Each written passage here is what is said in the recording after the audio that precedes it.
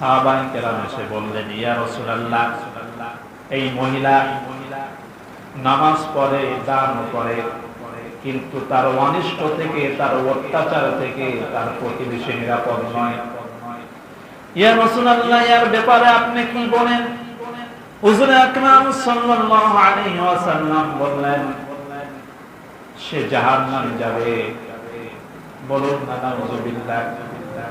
এরপরে আরেকটা মহিলার কথা বলা হলো, ইয়া রাসূলুল্লাহ, আরেকজন মহিলা, সে অনেক বেশি দান করতে পারে না, ইবাদত বন্দেগীও হয়তো সঠিকভাবে করতে পারে না, কিন্তু এই মহিলার আচার ব্যবহার এতই ভালো, এতই সুন্দর আচার ব্যবহার, তার কমল আচরণে, তার ব্যবহারের কারণে অন্যান্য প্রতিবেশী নারীরা ওই মেয়ের প্রশংসা করে। ইয়া রাসূলুল্লাহ, এই মহিলার ব্যাপারে আপনার কি হুকুম? আপনি কি বলেন? এই মহিলা কি জান্নাতে যাবে না জাহান্নামে যাবে? আল্লাহ পাক রব্বুল আলামিনের রাসূল বললেন, দাখালাত ফিল জান্নাতি। সুবহানাল্লাহ বলেন, এই মহিলা জান্নাতে চলে যাবে। প্রতিবেশীর হক